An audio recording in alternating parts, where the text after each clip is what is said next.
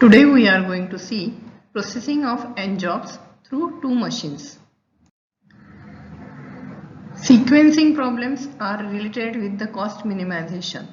We are going to find out the optimal sequence of the jobs or activity so that we can minimize the cost.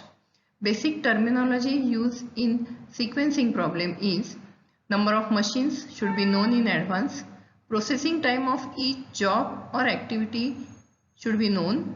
Then we have to find out the total elapsed time. Total elapsed time is nothing but the total or completion time of all jobs on both the machines. Then we can identify the idle time of the machine. Then no passing rule, that is we cannot pass the job for the processing. These are the basic things one should know before finding out the optimum sequence of the jobs. General notations used in sequencing problem is Tij. Tij is the processing time of ith job on jth machine. Next is capital T. Capital T is the total elapsed time or total completion time of all jobs on both the machines.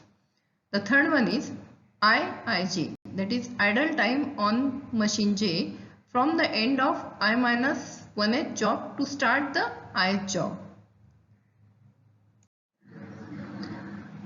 General assumptions in sequencing problem are processing time on different machines are independent.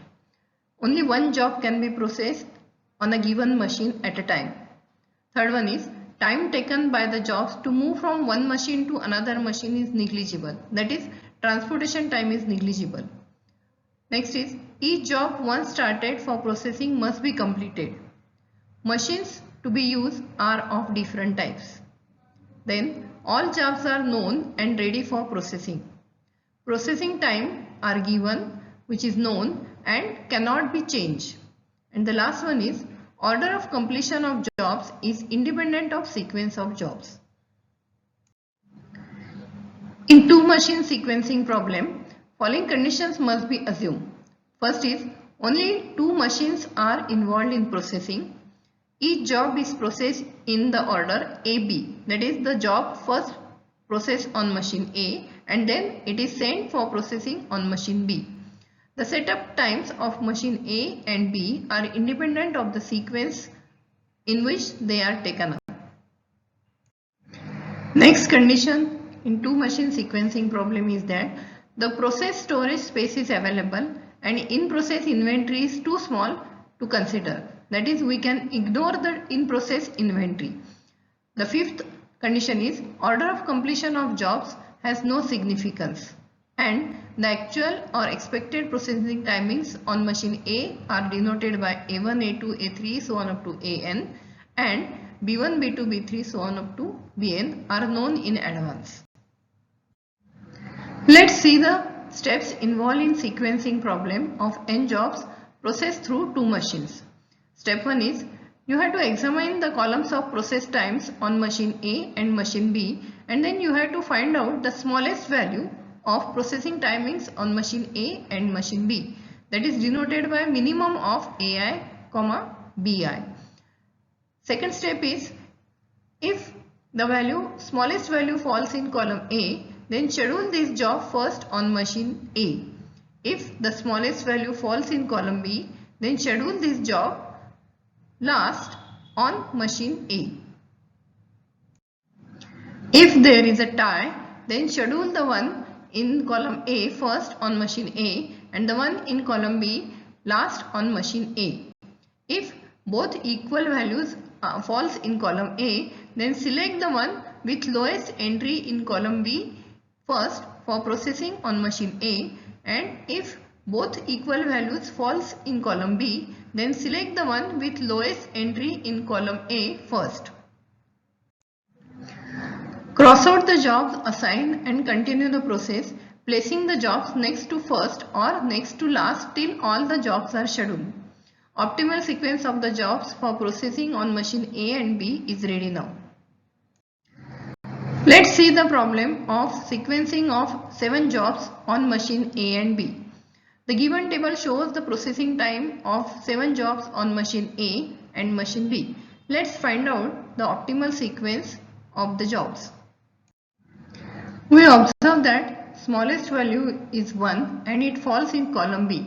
So it means that the corresponding job number 6, is to be processed in the last on machine A.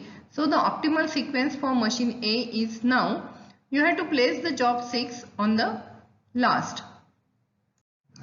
Now cross that job from the table and change the color for easy identification of the jobs which are already scheduled on machine A. Now once again check the smallest value in column A and B. The smallest value here is 3 and it appears in both the columns A and B. So what we have to do? We have to put the job corresponding to column A, that is job number 1 first for processing on machine A and job 7 in last on machine A. So the improved sequence is now 1 first on machine A and job number 7 is second last and job number 6 is the last job for processing on machine A. Cross out those jobs from the table and change the color for easy identification. Now repeat the process and find out the smallest job from the remaining table and it is 5 and it appears in column A. So put the corresponding job, that is job number 4, first for processing on machine A. So the improved sequence is now 1 4 and 7 6. Now cross out those jobs which are already scheduled on machine A and change the color so that we can schedule the remaining jobs easily. Now once again check the smallest value in column A and B. The smallest value in the remaining table is 10 and it appears in both the columns A and B. So there is a tie. So what we are going to do? We are going to put the job corresponding to column A, that is job number 5 first for processing on machine A and then job number 3 in the last for processing on machine A. Cross out the jobs which are already scheduled and change the color so that we can easily identify the jobs which are yet to schedule. Only one job is left to schedule. So it is job number 3. So that we are going to schedule on 4th position on machine A. So the final and improved sequence of jobs is 1, 4, 5, 3, 2, 7 and 6. So this is the way to find out the optimal sequence of the jobs. So student, this is the way to find out the optimal sequence of n jobs through 2 machines. In next session, we are going to see the sequencing of n jobs through 1 machine. Thank you.